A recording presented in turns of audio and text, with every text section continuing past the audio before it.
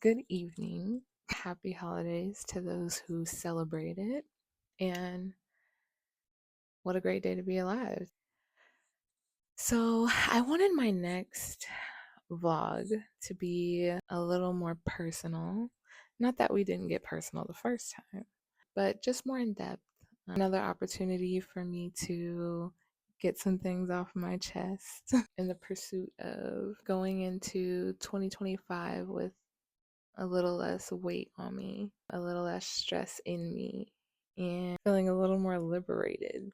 Just being able to speak my truth. Let's talk about my new blog post that's in direct correlation to this vlog. It's called I Survived 2024. The cute picture I edited very simply with photo grid, no promo, says, I survived 2024 and I pray to thrive in 2025. Amen. I spent a lot of time on this specific blog post being mindful to tell it from my perspective, my 2024 year, and everything that really changed me, added some character, taught me some lessons, had me looking at myself in the mirror, and some really hard self accountability moments have occurred for the better. Whew, okay, sorry. I'm trying not to be so emotional. Like, we get 5 seconds in and I'm ready to move. Lots of pent up emotions that haven't gotten the chance to be heard or acknowledged. I want to warn ahead of time. This first part of my journey might be filled with big emotions and that thereof on the spectrum, but we listen and we don't judge, right? So just come along for the ride. Eventually, you're going to watch these and you're going to see a healed, whole woman, not a broken or slightly damaged woman. Anywho, let's go ahead and have a read together, like two friends or a group reading it for the first time because it just dropped. I survived 2024. This year really tried to take me out. And I say that with the utmost seriousness, followed by a chuckle because even when the devil momentarily convinced me that I couldn't make it, God whispered to me, "You will make it. Keep fighting." So I did. And now we're ending 2024 and I made it. I'm still here. And even better, I'm excited and hopeful about what my future holds more than ever.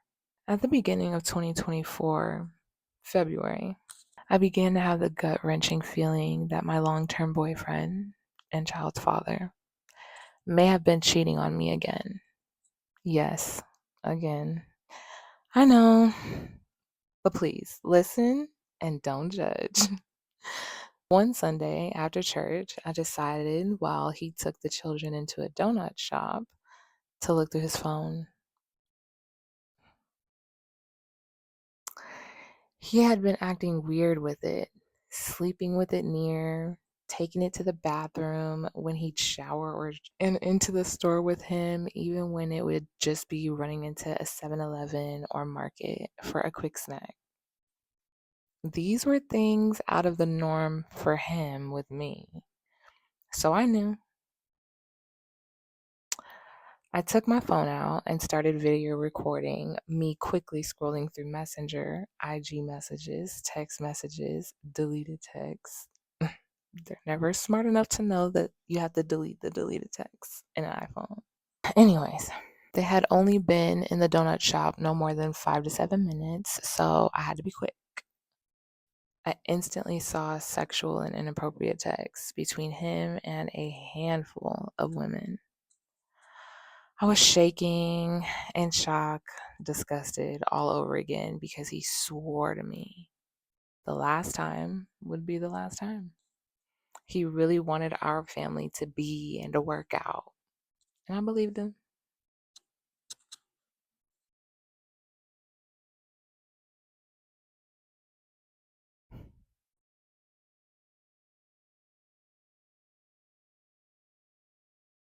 I really did believe him. Looking back, I wanted to believe him, even though I knew his patterns and that this it is a behavior that he's yet to even acknowledge or address with himself. So, of course, he was not going to change. Not for me, not for any woman. I wish I would have stood confidently in knowing he wouldn't change. So I could have avoided a lot of the trauma, pain, and confusion that soon followed this incident. Trying to prove I was worthy of him changing if I just continued to pour into him, even though I was already on E, and his consistent attention seeking from other women had nothing to do with me. It was a him issue. Fast forward a couple of weeks to March 2024. For context, my birthday is March 12th.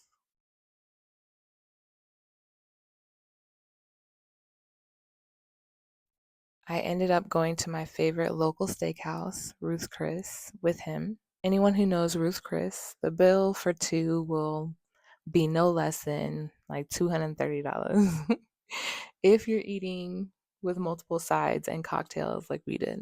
The bill that evening was slightly more. I still ended up paying a third of the bill on my birthday, while he only paid a fourth, which was not agreed upon prior to my birthday dinner.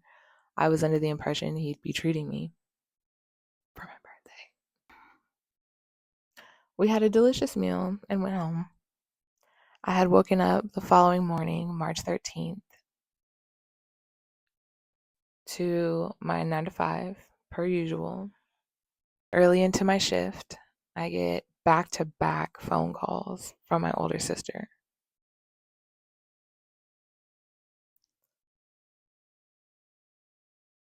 I keep ignoring them because I'm in the middle of training. I figured it was important. So I messaged her and asked what she needed and that I was training, so I couldn't answer the phone.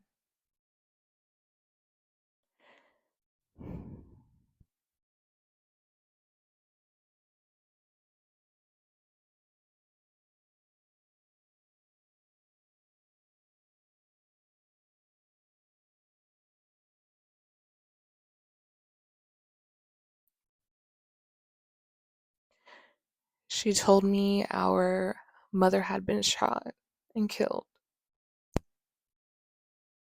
along with two other women, the day prior on my birthday. But that she is just now telling me because she didn't want to have to tell me on my birthday.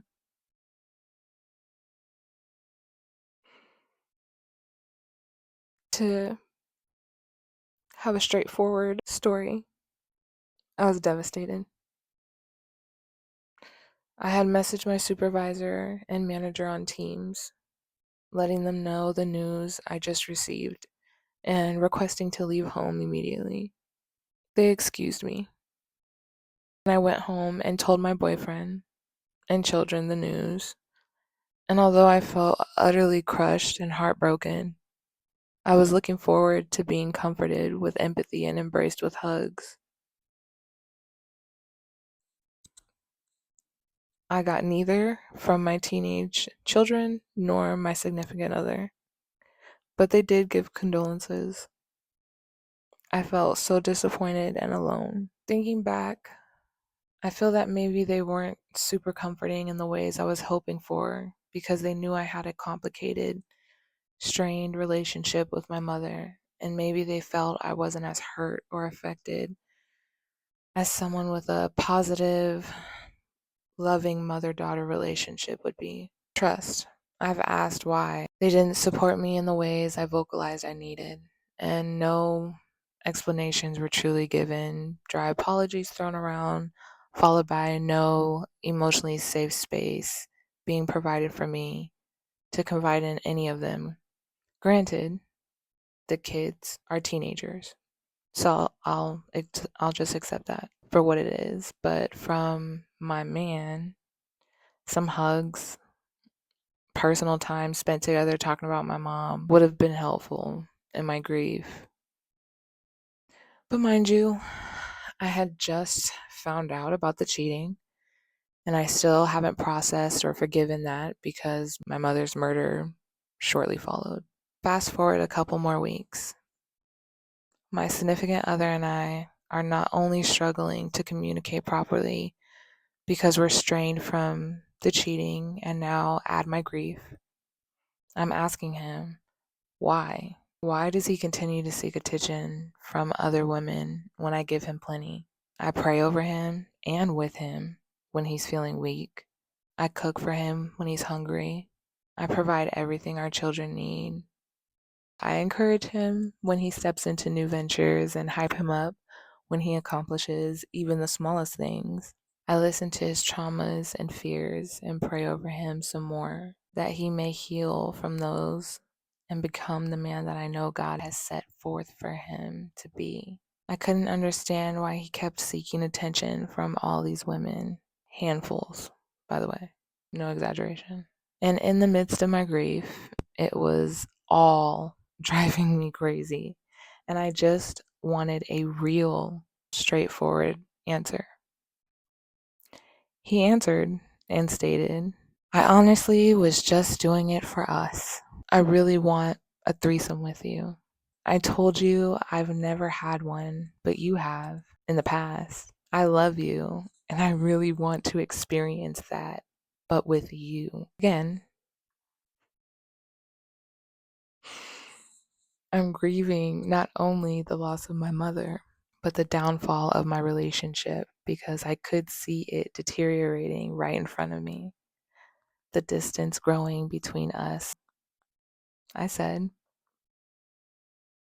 okay, you say you're seeking attention from these women for us. Yet the conversations you're having with them don't even mention me. So this isn't about us. This isn't an us thing. This is a you thing. But if you say that is the only reason, then fine. I'll figure it out, arrange it. And then I don't want to see one more woman in your damn phone, or I'm done.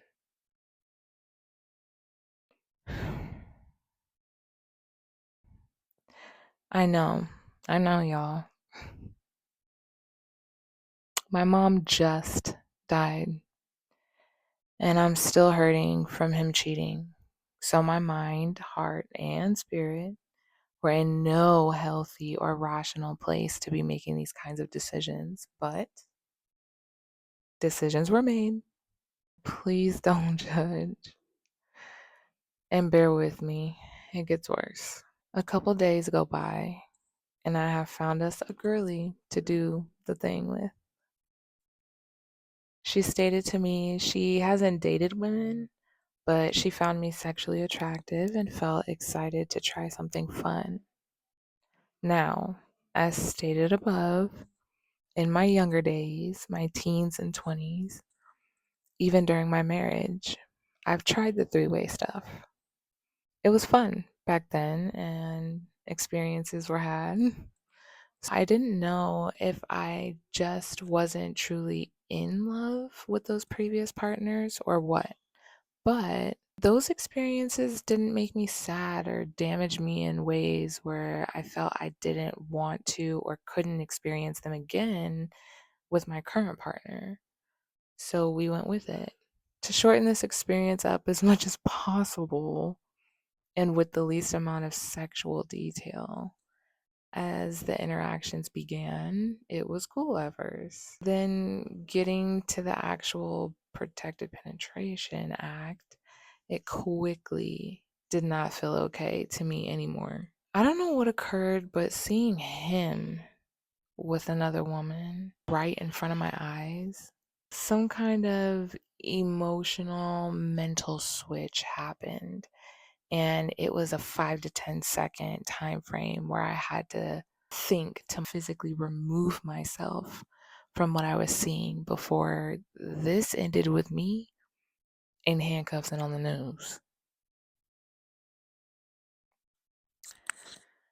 I got up quickly and stated, "I'll be right back," and locked myself in the bathroom and quietly, but out loud, talked to myself and God.